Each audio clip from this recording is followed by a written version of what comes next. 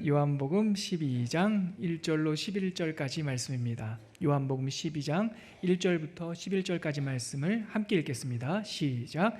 유월절 엿새 전에 예수께서 베다니에 이르시니 이곳은 예수께서 죽은 자 가운데서 살리신 나사로가 있는 곳이라.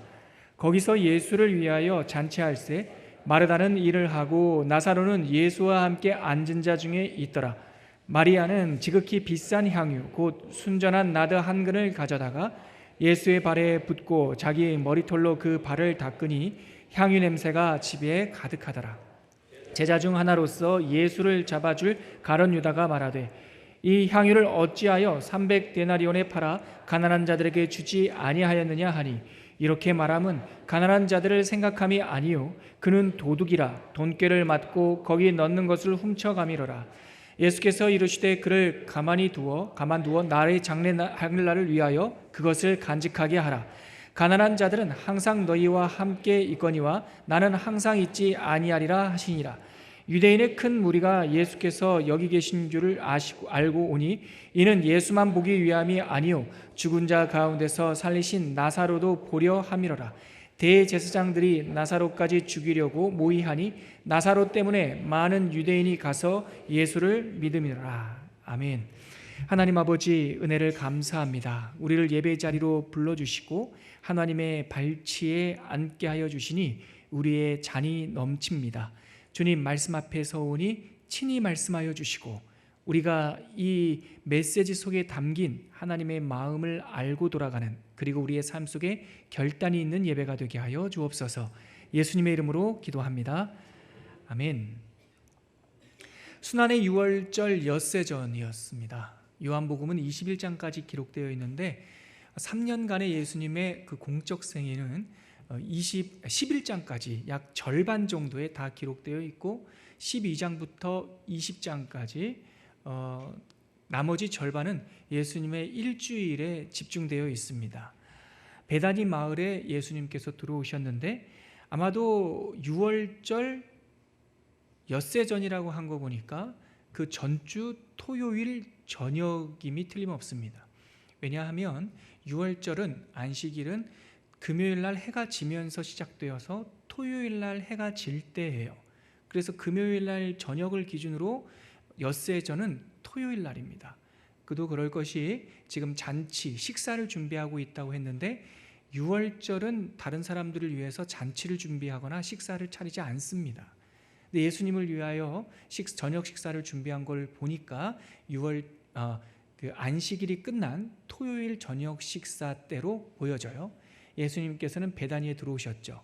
그 베다니라고 하는 동네는 예루살렘 동편에 한 오리쯤 떨어진 곳에 위치한 위성도시, 위성마을 이 정도로 볼 수 있겠는데 가난한 사람들이 주로 모여있던 가난한 그런 동네였습니다. 이곳에 살던 사람이 우리가 잘 알고 있는 나사로와 그의 여동생 마리아였죠. 예수님께서 그 마지막 순환의 유월절 앞두고 이 베다니에 방문하셨습니다. 그랬더니 어떤 사람이 이렇게 상을 저녁 식사를 마련을 했어요. 우리 그 장면, 배경이 되는 그 장면을 다시 한번 읽어볼까요? 요한복음 12장 1절과 2절입니다. 함께 읽겠습니다. 시작. 유월절 엿새 전에 예수께서 베다니에 이르시니 이곳은 예수께서 죽은 자 가운데서 살리신 나사로가 있는 곳이라.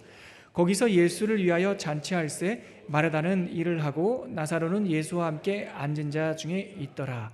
이 베다니 집 식사를 준비한 이곳은 어디일까요? 어떤 사람들은요, 나사로가 예수님과 함께 앉아있는 모습을 보고 나사로의 집이 아닐까 이렇게 생각하는데 동일한 사건을 기록하고 있는 마태복음 26장, 마가복음 14장에는 이 밥상, 저녁 식사를 준비한 사람이 시몬이라고 말합니다. 그런데 이 시몬은 어떤 사람이었느냐? 나병 환자 시몬이라고 말합니다. 그런데요, 이 사람이 나병에 걸렸다면, 문둥병에 걸렸다면 이렇게 마을에 있을 수 없죠. 나병이 걸리면 동네 바깥으로 격리시켜야 됐습니다. 근데 이 사람을 가리켜서 나병 환자 시몬이라고 말하는 걸 보니까 전에 나병에 걸렸다가 치유를 받은 사람으로 우리가 추정할 수가 있죠. 그래서 어떤 주석학자들은 이 베다니, 넉넉하지 않은 마을에 살았던 시몬이라는 사람, 그가 나병 환자였다라고 굳이 밝히고 있는 이 정황을 봐서 이 시몬은 예수님께서 고치셨던 수많은 나병 환자 중에 한 명이지 아니었을까 이렇게 해석하기도 합니다.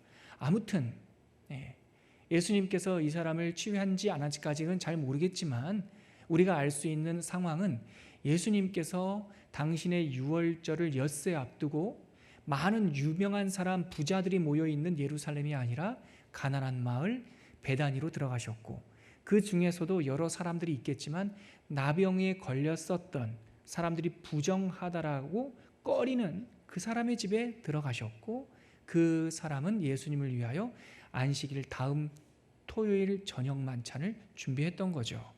그랬더니 2절에 보니까 거기에서 예수를 위해서 잔치를 했다 이렇게 되어 있고요. 마르다는 일을 하고 있습니다. 일손을 돕고 있죠. 본인의 은사를 따라 하고 있는 것 같습니다. 나사로는요, 예수와 함께 앉은 자 중에 있었다 이렇게 말을 해요. 예수님과 동석하고 있었습니다. 왜 그랬냐면 우리가 읽었던 12장 1절부터 11절까지 오늘 읽었던 본문 끝부분에 있는 9절과 11절에 보면 이 나사로가 영향력이 있었음을 알게 돼요. 10절에 보면은요, 12장 10절에 보면 대제사장들이 나사로까지 죽이려고 모의했다 이렇게 돼 있죠. 왜 그렇습니까? 나사로 때문에 많은 유대인이 거기 가서 예수를 믿음이러라 이렇게 돼 있지 않습니까? 대제사장들이 이제는 예수뿐만 아니라 나사로까지 죽이려고 뜻을 모았습니다. 왜냐하면 나사로 때문에 예수를 믿는 사람들이 많았기 때문이죠. 그가 죽었다가 다시 새 생명을 얻은 이 사건을 나사로가 증거하고 다녔던 것 같습니다.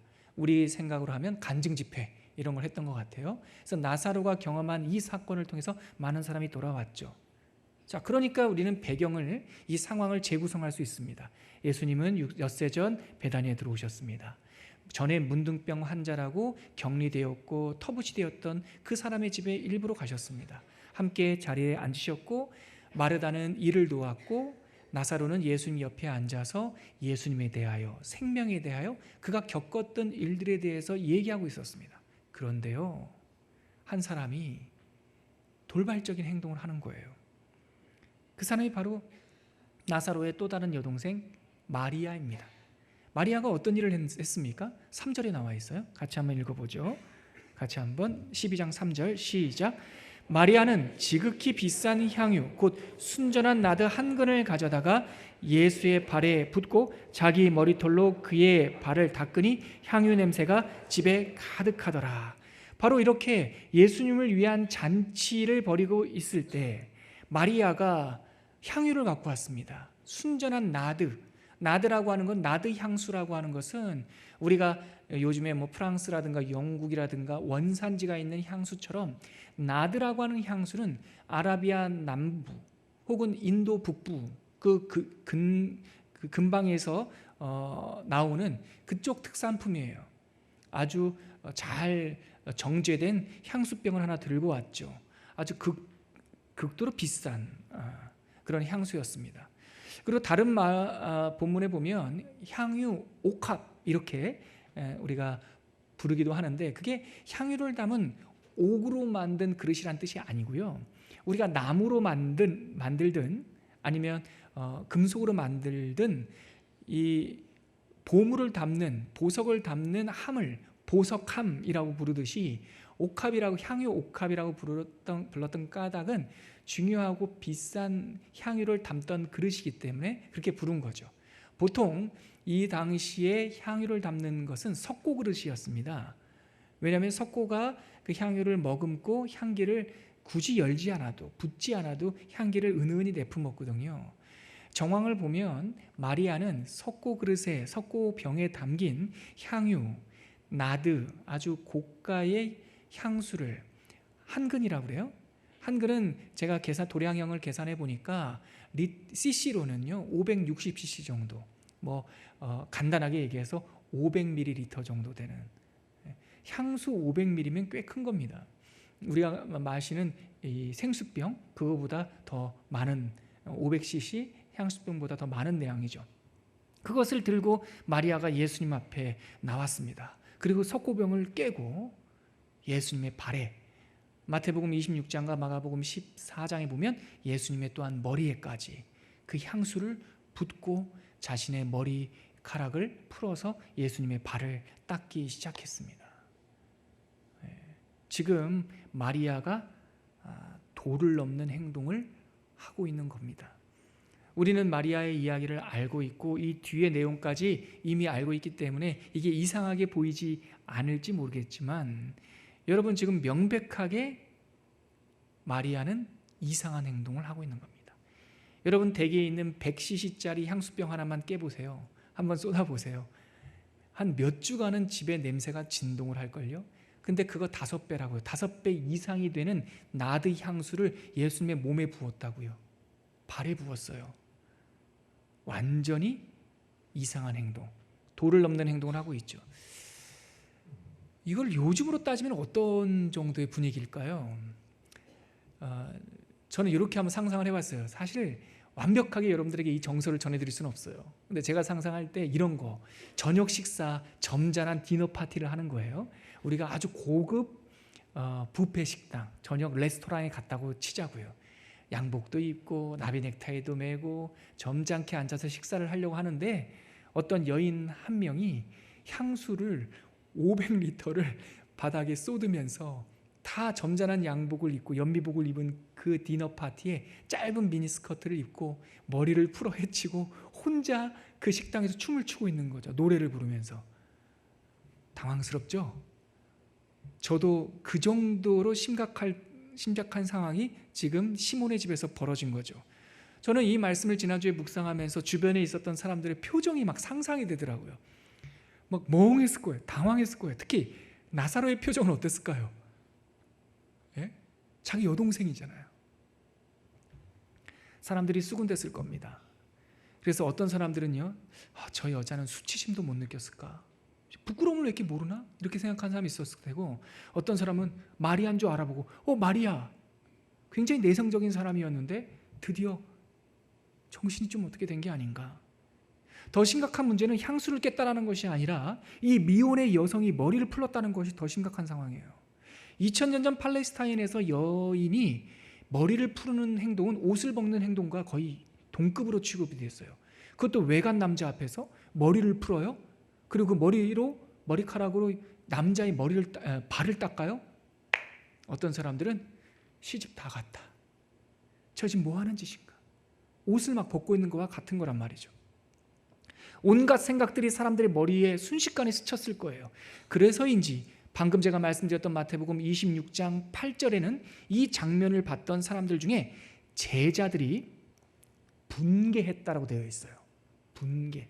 누가 분개해요? 제자들이. 이 모습을 보면서 화가 차가지고요, 주체할 수 없었단 말이죠. 또 마가복음 14장 4절에는요, 이 장면을 보고 제자들이 아니라 이번에는 어떤 사람들이 화를 내면서 서로 얘기했대요. 당황한 거죠. 마태복음에서는 제자들이 분개하고 마가복음에서는 사람들이 화가 나서 서로 비난하고 있어요. 그 여인을. 오늘 우리가 읽었던 누가복음 12장에서는 이 분개했던 제자들, 그리고 수군거리고 화를 냈던 사람들을 대표해서 한 사람이 등장합니다. 그 사람은 가룟 유다입니다. 가룟 유다가 나와서 점잖게 말을 하죠. 그 내용이 4절과 5절에 있습니다. 같이 한번 읽어볼까요? 시작. 제자 중 하나로서 예수를 잡아줄 가룟 유다가 말하되 이 향유를 어찌하여 300데나리온에 팔아 가난한 자들에게 주지 아니하였느냐 하니. 가룟 유다의 반응은 굉장히 합리적이죠. 이 사람의 계산은 나이스하고 정확합니다. 가룟 유다는 지금 화 안 냅니다. 차분하게 말하죠. 300데나리온이라고 하는 이 계산도 거의 얼추 비슷하게 나왔습니다. 300데나리온은 어느 정도의 가치일까요? 1데나리온이 건강한 성인 남자가 나가서 일할 때 받는 하루의 일당이었습니다. 300데나리온이라고 한다면 안식일을 빼고 나면 1년치 연봉입니다. 1년치 딱 보니까, 이 향기를 보니까 나드 한 근 저 정도의 양 1년치 연봉이구만. 한 3천만 원, 3,500만 원. 굉장한 거죠? 그러면서 뭐라고 말합니까? 가난한 사람들을 돕자라고 하는 명분까지 갖고 옵니다. 가룟 유다 보세요. 화도 안 내죠. 나이스하죠. 그리고 계산이 비교적 정확하죠. 그리고 가난한 사람 도우면 얼마나 좋냐, 명분까지 확보했습니다. 그런데 그의 계산은 틀리지 않았고 말에도 문제가 없어 보이지만 문제가 있어요. 뭔가 이상해요. 뭔가 부조리해요. 왜냐하면 문제는 계산이나 말이 틀린 게 아니라 마음이 틀렸기 때문에 그래요. 이 요한복음을 듣고 읽던 사람들은 이 가룟 유다의 사건 다 알고 있습니다, 이미. 그래서 사도 요한은 이 요한복음을 기록하면서 하나님의 영감으로 가룟 유다의 마음에 무슨 일이 있었는지 고발합니다. 그 가룟 유다의 마음이 6절에 나오는데요, 같이 한번 읽어보시죠. 시작. 이렇게 말함은 가난한 자들을 생각함이 아니요 그는 도둑이라 돈깨를 맞고 거기 넣는 것을 훔쳐 가미러라. 여러분, 세상에는요, 이 시몬의 집에서 열렸던 이 잔치처럼 부조리한 것들이 막 얽히는 현장을 우리가 경험합니다.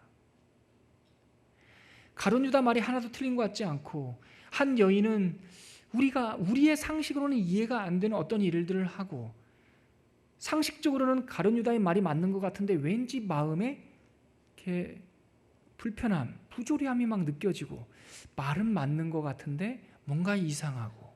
왜 이런 부조리함이 일어나는 줄 아십니까? 가장 큰 세상의 부조리함은 측정할 수 없는 것을 측정하려고 할 때, 그리고 값으로 매길 수 없는 것들을 값으로 매기려고 할 때 그 숫자가 틀린 것 같지 않지만 왠지 마음에 어려움이 찾아와요. 여러분, 노동력은 돈으로 살 수 있죠. 우리가 나가서 회사와 계약을 하고 취업을 시도해서 어떤 한 회사의 직원이 될 수 있죠. 하지만 우리의 양심과 인격은 돈으로 살 수 없는 문제입니다. 우리가 그 회사에 다닌다고 해서 우리의 모든 것을 파는 게 아니죠. 그러나 혹시나 어떤 사람들이 우리 회사의 직원이라고 해서 그 사람의 양심과 그 사람의 인격조차 샀다라고 생각하면 큰 오산이죠. 세상에 나가면 여러분, 시험이 있습니다. 영어 시험, 수학 시험, 한국어 능력 시험, 다양한 시험들이 있죠. 그 시험은 1등도 있고 2등도 있고 또한 말제도 있기 마련이죠. 하지만 여러분, 사람은 1등 없고 2등 없고 꼴등 없습니다. 그 시험에만 잘 못한 거 있죠. 왜 모든 사람이 모든 시험에 1등 해야 됩니까? 저는 지금도 사실 조금 납득하기가 어려운 게, 왜 중고등학교 학생들이 모든 전과목에 100점을 맞아야 되죠? 국사를 좋아하는 학생도 있고, 영어를 잘하는 학생도 있고, 수학을 잘하는 학생도 있죠. 세계 지리를 좋아하는 학생도 있고. 네, 고등학교 때까지는 교양을 위해서 모든 과목 다 공부해야 돼요. 근데 대학, 이것을 고등학교, 중학교 때 성적으로 그 인생이 다 결정돼 버리면 안 되지 않습니까? 고등학교 때 꼴등했다고 인생이 꼴등되면 안 되잖아요. 만약에 사회 시스템이 그렇게 되어 있다면 그런 사회 시스템은 좀 바꿔야 되지 않겠습니까? 우리가 겪고 있는 부조리함이 그런 거예요. 네, 시험은 꼴등할 수 있어요. 그러나 사람은 꼴등이 아니죠. 여러분, 이 사실을 믿으시길 바랍니다. 하나님은 실패가 없습니다. 모든 사람에게서는 하나님께서 창조하실 때 그 사람이 걸어가야 될 뜻과 사명을 주셨어요. 공부 조금 못한다고 해서 사람이 꼴등되는 법은 없어요. 돈도 마찬가지죠. 여러분, 유희, 오락, 뮤지컬 티켓은 우리가 살 수 있어요. 하지만 사랑은 거래할 수 없죠. 사람의 마음, 사람의 사랑을 돈으로 살려고 시도할 때 우리는 왠지 이상한 부조리함을 느끼죠. 그거는 가짜니까요. 사람의 마음을 어떻게 돈 주고 삽니까? 어떻게 사랑을 돈 주고 삽니까? 지금 가룟 유다가 그 일을 하고 있는 거예요. 6절 이후에 가룟 유다의 말에 대해서, 그의 계산에 대해서 예수님께서는 언급하고 있지 않지만 6절 다음에 저는 이런 마음이 느껴져요. 예수님께서 이렇게 말씀하시는 것 같아요. 유다야, 내 제자이라고 말하는 유다야, 너는 이것이 돈으로 보이냐? 너는 마리아가 지금 나에게 하는 이 일이 300데나리온으로 보이냐? 나는 이것이 사랑으로 보인다. 유다의 눈, 아니요, 성경 6절에 있는, 요한복음 12장 6절에 있는 표현을 빌리자면 그는 도둑이라. 다시 말해서 도둑의 눈에는 이것이 돈으로 보여요. 근데 신랑의 눈에는 이 마리아의 행동이 사랑으로 보여요. 사람들은 향수 500cc를 깨고 머리카락으로 머리를 닦고 예수님의 발을 닦고 예수님의 머리에 이 향수를 붓는 마리아를 보면서 이렇게 당황하면서 생각했을 법하지 않습니까? 이 여자는 부끄러움을 모르는구나. 네, 부끄러움이 몰라요. 왜냐하면 사랑하면 부끄럽지 않아요. 눈치 보지 않아요. 사랑하면 아깝지 않고 계산하지 않아요. 우리 다윗이 그랬단 말이죠. 다윗이 하나님의 법궤, 하나님의 법궤를 블레셋에 뺏긴 다음에 수년이 지나서 이 하나님의 법궤가 다시 다윗성에 들어올 때 너무 기쁨이 넘치고 하나님에 대한 사랑을 주체할 수 없어서 그 앞에서 춤을 췄습니다. 근데 미갈이라고 하는 사람은 그 창가로 다윗을 바라보면서 다윗을 비웃었죠. 우리 이 장면 한번 찾아볼까요? 사무엘하 6장입니다. 사무엘하 6장 16절 함께 읽겠습니다. 시작. 여호와의 궤가 다윗성에 들어올 때에 사울의 딸 미갈이 창으로 내다보다가 다윗 왕이 여호와 앞에서 뛰놀며 춤추는 것을 보고 심중에 그를 업신여기니라. 다윗 왕이 여호와 앞에서 뛰놀며 춤추는 것을 봤어요. 다윗은 사랑하고 기뻐서 춤췄어요. 근데 업신여깁니다. 그리고 나서 다윗이 그 가족들에게 찾아갔을 때 이런 일이 일어났습니다. 20절부터 같이 다시 한번 읽어볼까요? 20절입니다. 시작.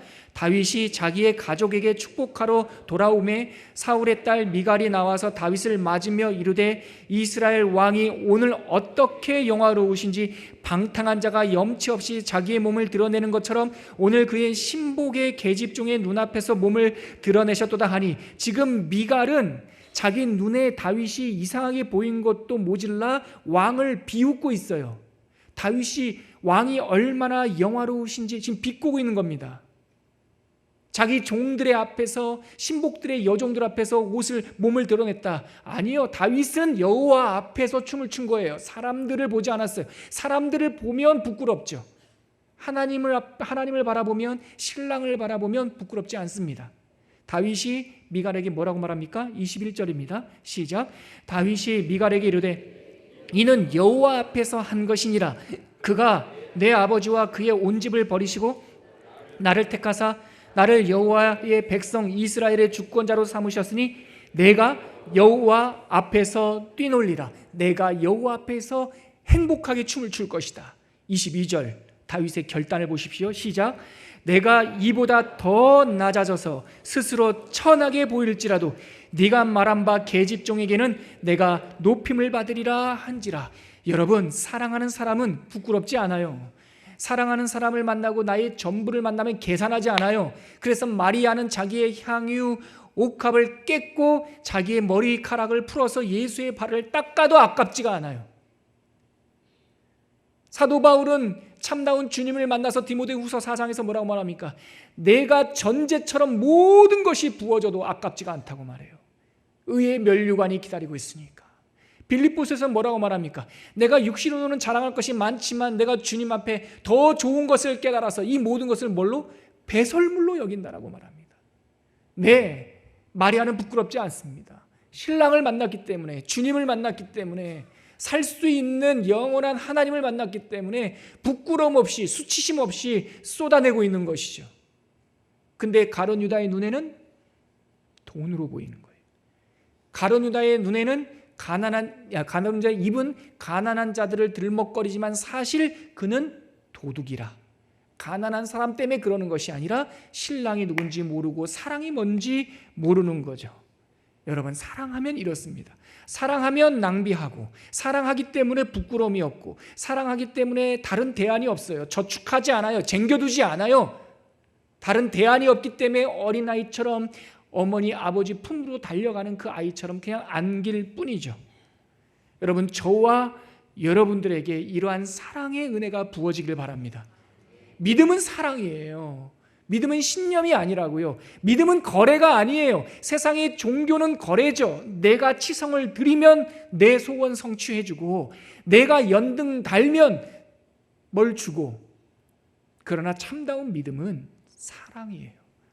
뭘 바라고 주는 것이 아니라 다 내어주는 것이죠.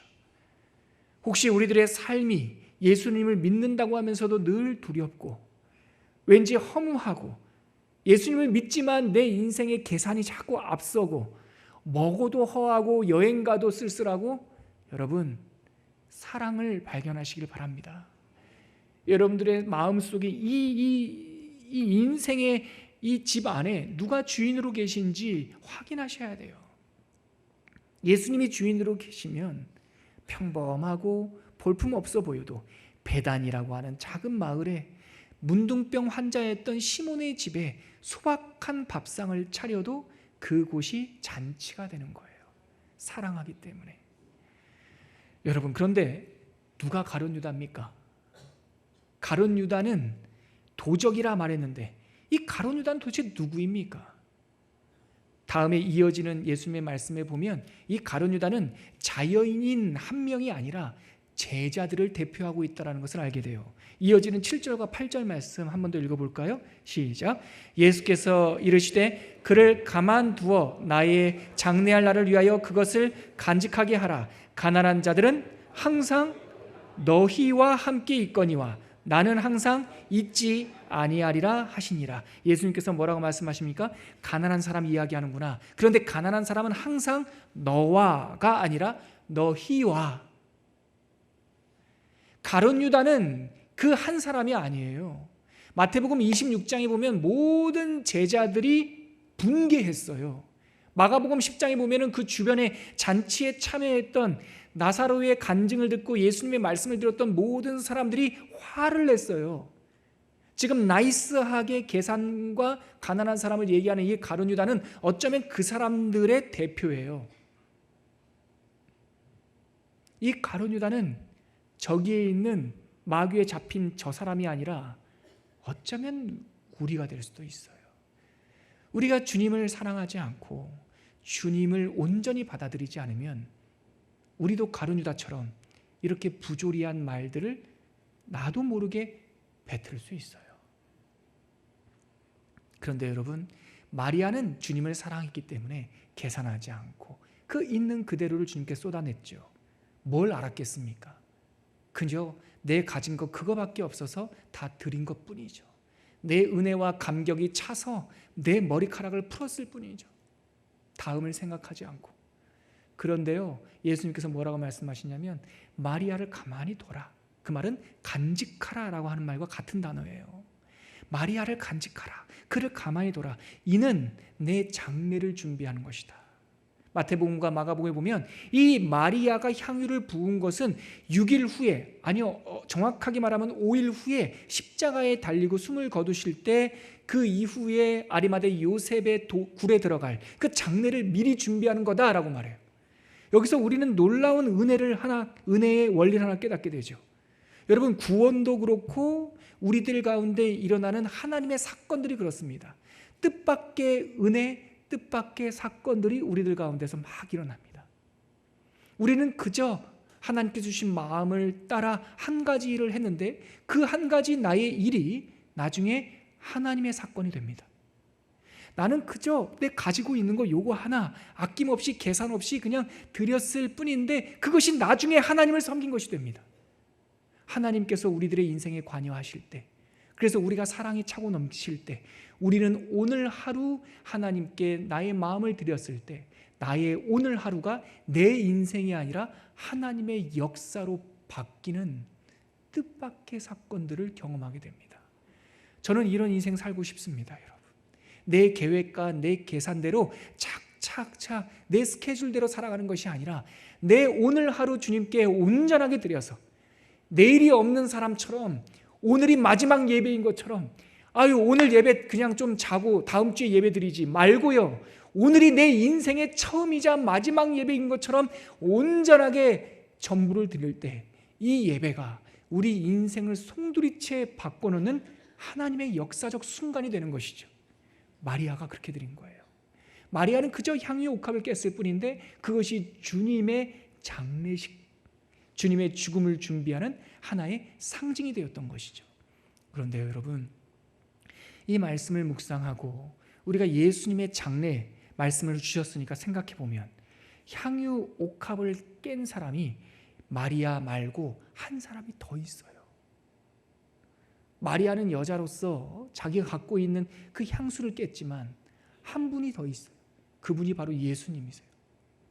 예수님은 자기의 몸을 옥합처럼 우리들을 위하여 우리들의 발 위에 우리들의 머리 위에 자기 몸을 찢으셨어요. 자기 몸을 깨트리셨어요. 그래서 자기의 피와 온 물을 이 죄 많은 세상을 위해서 아낌없이 부어 드리신 분이 예수님이에요. 그래서 요한복음 19장에 보면 요한복음 19장 34절 한번 찾아보시겠습니까? 예수님께서 십자가에 달리셔서 숨을 거두신 직후입니다. 요한복음 19장 34절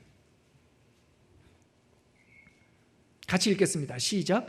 그중 한 군인이 창으로 옆구리를 찌르니 곧 피와 물이 나오더라, 쏟아지더라. 예수님께서 십자가에 달리셨을 때 그의 모든 진액까지 십자가 위에서 한편에 있는 강도를 용서하시고 또한 자기를 십자가에 달았던 모든 사람들을 용서하시면서 뭐라고 말씀하십니까? 아버지여 저들을 용서하여 주시옵소서. 저들은 자기들이 하는 일들을 알지 못합니다. 그리고 마지막 사명을 다하신 다음에 마지막 하신 말씀이 뭐죠? 다 이루었다 하고 자기의 생명과 진액을 다 쏟고 나서 숨을 거두신 이후에 병사가 허리를 찌르니 피와 물이 쏟아지는 거죠. 오늘 마리아가 아무 의미 없이 한 것 같은 이 향유 옥합, 우리도 어쩌면 300데나리온에 눈이 맞춰져 있을 수 있어요. 가룟 유다는 이 아까운 것을 가난한 사람이라고 말했지만 우리는 이 아까운 것을 주님께 드렸다라고 생각할 수 있어요. 300데나리온이 아니에요. 다 드린 거예요. 이것은 우리를 위하여, 이 죄인들을 위하여 자기의 몸을 깨트리는 예수님을 보여주는 그림 언어인 거예요. 상징인 거예요. 예수님께서 우리를 위해서 모든 것을 다 쏟아주시는 것을 마리아의 사건을 통해서 먼저 우리들에게 보여주시는 것이죠. 저는 이 말씀을 묵상하면서 이러한 현장 속으로 한번 들어가 상상했어요. 여러분, 요즘이야 수도시설이 잘 돼 있고 하수시설도 잘 돼 있어서 목욕하고 하루에 한 번쯤은 목욕하시죠? 하시잖아요. 네. 근데 2000년 전 팔레스타인 이 물이 귀한 동네에서 몸을 씻는 것은 연중 행사일 수 있어요. 강이나 세례받을 때나. 그래서 정결예법이라고 하는 것이 고작 손 씻고 한 집에서 귀한 손님을 잔치로 초대할 때 하는 일이 종을 시켜서 발을 씻는 정도였어요. 근데 이 향수를 머리에 붓고 발에 부었다고요. 온 몸에 향수가 흘러내렸다고요. 예수님의 몸에는 어쩌면 향수 냄새가 진동했을 겁니다. 그런데 채 5일 만에 십자가에 달리셨고 죽으시면서 맞으시면서 순환당하면서 피가 물이 다 흘러내렸단 말이죠. 근데 여러분 보세요. 이 마리아가 안식 후 첫날 세마포와 향품을 가지고 주의 무덤에 갔을 때 돌문이 굴려 있었어요. 천사가 말합니다. 와서 보라. 그가 누웠던 것을 보라. 그 안에서 어떤 향기가 가득했겠습니까? 마리아가 드렸던 이 향유의 냄새가 그 빈 무덤 안에 가득 차 있는 거죠. 향수 냄새만 가득 차 있겠습니까? 피 냄새가 있었겠죠. 저는 이 말씀을 묵상하면서 예수님께서 부활하신 그 부활의 생명의 상징인 빈 무덤 안에는 사랑을 부어드린 마리아의 향기와 자기의 모든 것을 깨트려 이 세상에 부어주신 예수 그리스도의 보혈의 냄새, 다시 말해서 피 섞인 향유 냄새가 그 안에 가득했다라고 하는 그런 감동을 받아요. 여러분, 구원의 흔적이 이렇습니다. 우리는 예수님 때문에 우리의 삶을 볼품없지만 부끄러움 없이 계산 없이 다 부어드립니다. 예수님은 우리의 사랑을 받으시고 자기 자신을 우리의 모든 죄를 대신하여서 다 부어주셨습니다. 그러므로 구원받은 성도들의 삶이란 사랑의 고백인 향기와 구원의 상징인 피냄새가 어우러진, 입을 열면 사랑과 희생, 가는 곳마다 사랑과 희생, 예수 그리스도의 구원의 향기가 묻어있는 사람들이 우리들이죠. 바라기는 우리 주 예수께서 그 피 묻은 손으로 우리 한번 안수해 주시기를 소원합니다. 그래서 우리 안에는 예수의 피 흔적이 남아있고 우리의 삶에는 헌신하여 드린 깨어진 옥합이 있는 그러한 헌신과 구원의 흔적이 있는 저와 여러분들이 되기를 간절히 바랍니다. 같이 기도하겠습니다. 시편 51편에 보면 이런 말씀이 있습니다. 하나님께서 구하시는 제사는 상한 심령이라. 하나님이여 상하고 통회하는 마음을 주께서 멸시하지 아니하시니라. 이 시간 함께 기도할 때 하나님, 우리가 향유 옥합을 주님께 올려드립니다. 값비싼 나드 한 근이 아니라 상하고 상처 입은 이 심령을 주님께 올려드립니다.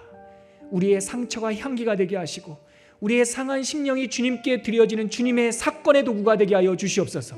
그리하여 우리가 헌신하는 이 고백을 통하여 예수 그리스도의 보혈을 우리들의 가슴속에 받아들이는 하나님과 일치되는 삶을 살게 하여 주시옵소서. 결단하며 한번 기도하겠습니다. 기도합니다. 주님, 은혜를 내려주셔서 감사합니다. 오늘 마리아의 헌신을 통하여서 우리가 이 상한 심령과 상한 마음을 가지고 어떻게 주님 앞에 옥합처럼 깨트려 드릴지 결단하는 이 메시지를 듣게 하여 주시니 감사합니다. 하나님 아버지, 우리가 주님께 헌신하여 드린 인생이 되게 하여 주시옵소서. 구별하여 바친 향기가 되게 하여 주시옵소서. 그리하여 우리가 우리 것이 아니라 하나님 것이 되게 하여 주시고 예수 그리스도의 보혈로 거듭나는 하나님의 자녀로서의 삶을, 거듭난 새 생명을 누리게 하여 주시옵소서. 하나님, 우리의 자리가 도대체 어디인지 생각해 봅니다. 하나님께 수군거리고 화를 내는 이 군중들인지, 아니면 가룟 유다인지, 아니면 분개했던 제자들인지, 아니면 마리아인지, 오늘 이 말씀을 통해서 우리의 자리를 알려주시니 감사합니다. 계산하는 자리에 서지 않도록 도와주시고, 아까워하지 않는 자리에 서지 않도록 도와주시고, 주님을 부끄러워하는 자리에 서지 않도록 우리를 붙잡아 주시옵소서. 사랑에 빠져서 사랑을 고백하며 하나님과 하나가 되는 향유 섞인 피냄새가 우리의 삶의 냄새가 되는 주님의 제자와 자녀 되게 하여 주옵소서. 예수님의 이름으로 기도합니다.